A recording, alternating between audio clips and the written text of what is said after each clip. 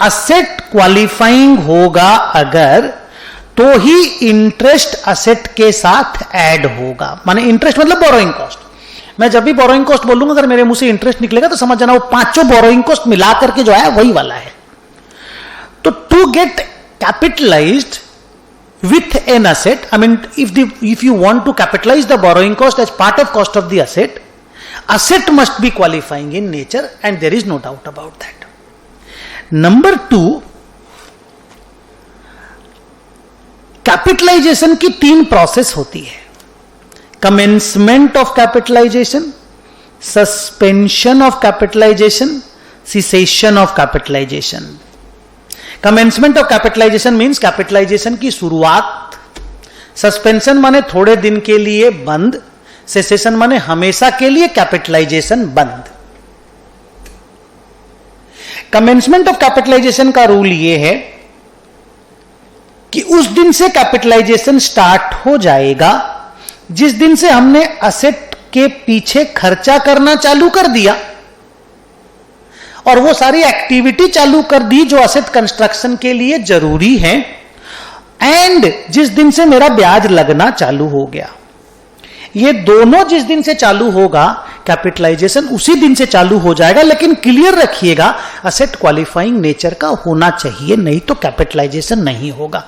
Non qualifying asset का interest capitalise नहीं होता। जैसे मैं गाड़ी खरीदता हूं, मान लो बैंक लोन लेकर के, HDFC बैंक से लोन लेकर के मैंने फॉर्च्यूनर खरीदी है, but Fortuner is not a qualifying asset for me, तो मैं अभी तक इंटरेस्ट दे रहा हूं। गाड़ी मेरे को 3 साल पहले मैंने खरीदी थी, तो अभी जो भी इंटरेस्ट मैं दे रहा हूं वो PL में जा रहा है, because my asset was not a qualifying asset. Now commencement of capitalisation का कॉन्सेप्ट यह है कि असेट बनना चालू हो जाए और ब्याज लगना चालू हो जाए तो हम कैपिटलाइजेशन करना चालू कर देंगे। बस अब हम करते रहेंगे करते रहेंगे करते रहेंगे करते रहेंगे जब तक या तो सस्पेंशन या सिसेशन नहीं हो जाता। अब आइए सस्पेंशन का बात करता हूं। सस्पेंस मतलब क्या हुआ, सस्पेंड मतलब क्या हुआ कि बीच में कोई बच्चा जैसे बदमाशी किया उसको 2 दिन के लिए सस्पेंड कर दिए क्लास से, वो हुआ सस्पेंड। सेसेशन मतलब क्या हुआ, सिलेबस खत्म हुआ, सब बच्चा आना बंद कर दिया तो वो भी बच्चा आना बंद कर दिया, वो हो गया सिसेशन। तो आइए मैं पहले सस्पेंशन की बात बोलता हूं कि जैसे मान लो आपका असेट कंस्ट्रक्शन चल रहा था और आपने कंस्ट्रक्शन बीच में बंद कर दिया और दादागिरी से बंद कर दिया। मतलब ऐसा नहीं था कि बंद करना जरूरी था और आपने बंद किया, बस आपने बंद कर दिया, आपका मन नहीं किया कंस्ट्रक्शन करवाने का।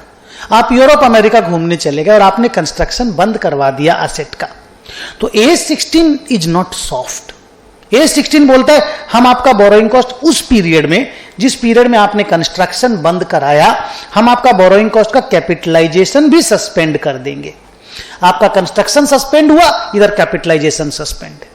तो तुम बोलोगे सर मान लो 3 महीना कंस्ट्रक्शन बंद रहा तो 3 महीना का ब्याज क्या करें, PL में भेजो, कैपिटलाइजेशन सस्पेंडेड है, बैंक तो इंटरेस्ट लेगा ही ना, ट्रीटमेंट तो तुमको करना पड़ेगा ही ना, तो तुम उस पीरियड के इंटरेस्ट को PL में भेज दो। अब आया सिसेशन ऑफ कैपिटलाइजेशन। यह हुआ कि मेरा असेट जो मैं कंस्ट्रक्शन कर रहा था उसका कंस्ट्रक्शन कंप्लीट हो गया, अब वो asset ready to be put to use है। रेडी टू बी वर्ड देखो, ready to be put to use, इसको वो वाला वर्ड याद रखना, the asset has been brought to a condition in which it is ready to work in the manner intended by the management. मेरी asset उस condition पे पहुंच चुकी है, तो जिस दिन पहुंचेगी उस दिन के बाद इंटरेस्ट और कैपिटलाइज नहीं होगा, क्योंकि असेट अगर रेडी हो गया तो कैपिटलाइजेशन प्रोसेस बंद हो गया। हाँ, इंटरेस्ट लगेगा उसके बाद भी, क्योंकि असेट कंप्लीट हो गया। लोन रीपे थोड़ी हुआ है, लोन तो उसके बाद भी जब तक आप रीपे नहीं करोगे तब तक इंटरेस्ट देते रहना पड़ेगा।